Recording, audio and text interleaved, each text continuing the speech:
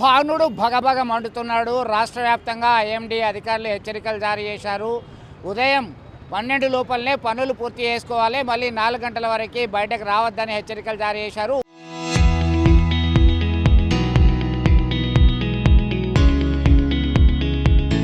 ఉమ్మడి కరీంనగర్ జిల్లా వ్యాప్తంగా చొప్పదండి ప్రాంతానికి వచ్చేసరికి 46.6 డిగ్రీల సెల్సియస్ నమోదైంది.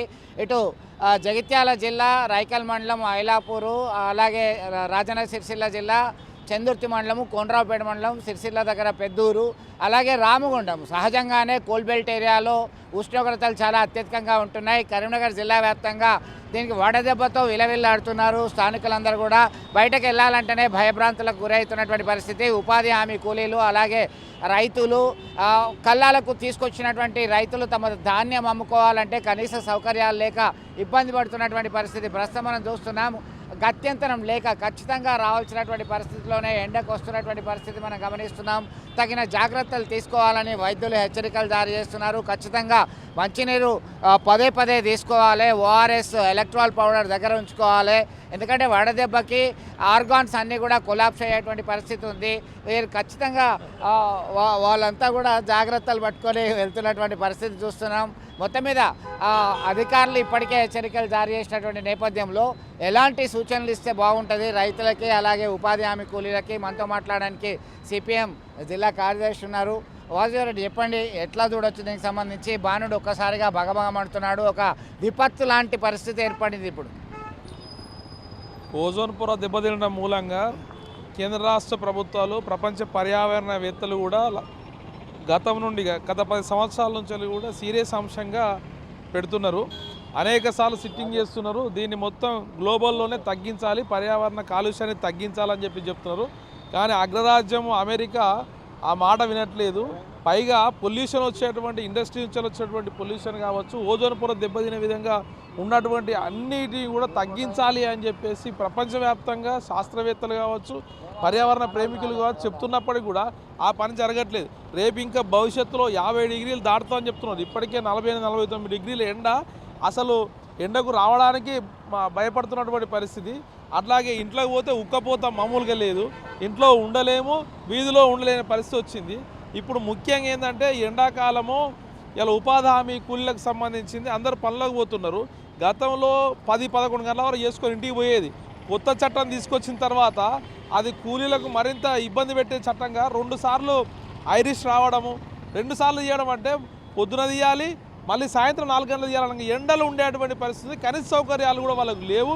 టెంట్లు కానీ, ఓఆర్ఎస్ ప్యాకెట్లు కానీ, మంచినీళ్ళు కానీ ఇట్లాంటి సౌకర్యాలు లేకపోవడం వడదెబ్బ తగిలి అనేక మంది రోగాలపై పాలై ఆసుపత్రులు చుట్టూ తిరుగుతున్నారు. అంతేకాదు, ధాన్యం అమ్ముకోవడానికి నెల రోజుల నుండి ఐకేపీ కొనుగోలు సెంటర్లలో, అట్లాగా మార్కెట్ కొనుగోలు సెంటర్లలో రైతులు ఈ ఎండలో ఇబ్బంది పడుతున్నారు.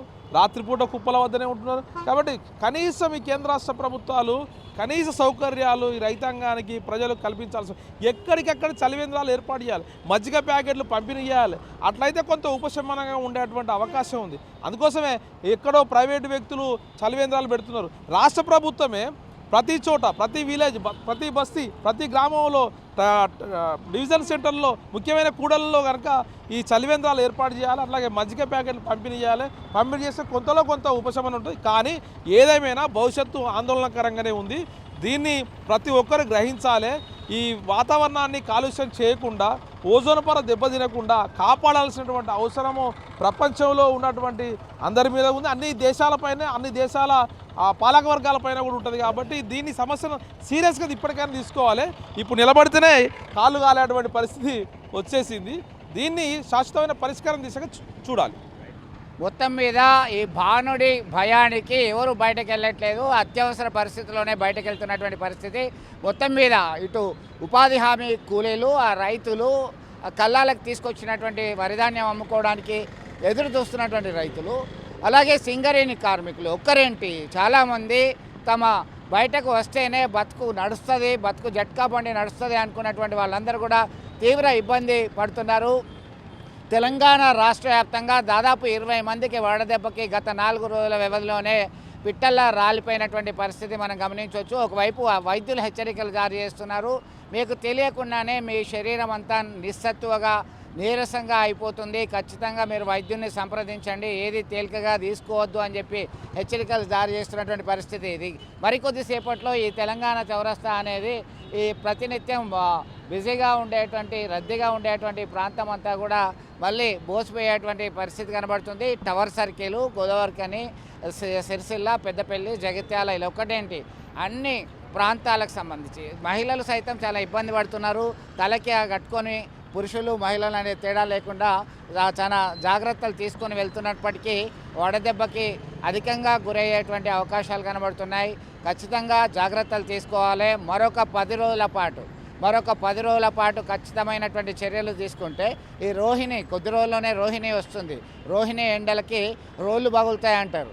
ఆ పరిస్థితిని రాకుండా తట్టుకునేందుకే అన్ని రకాల జాగ్రత్తలు చర్యలు తీసుకోవాల్సినటువంటి అవసరం ఎంతైనా ఉంది. వీడియో జర్నలిస్ట్ సుమంత్తో కలిసి చంద్రశేఖర్, RTV, కరీంనగర్ నుండి.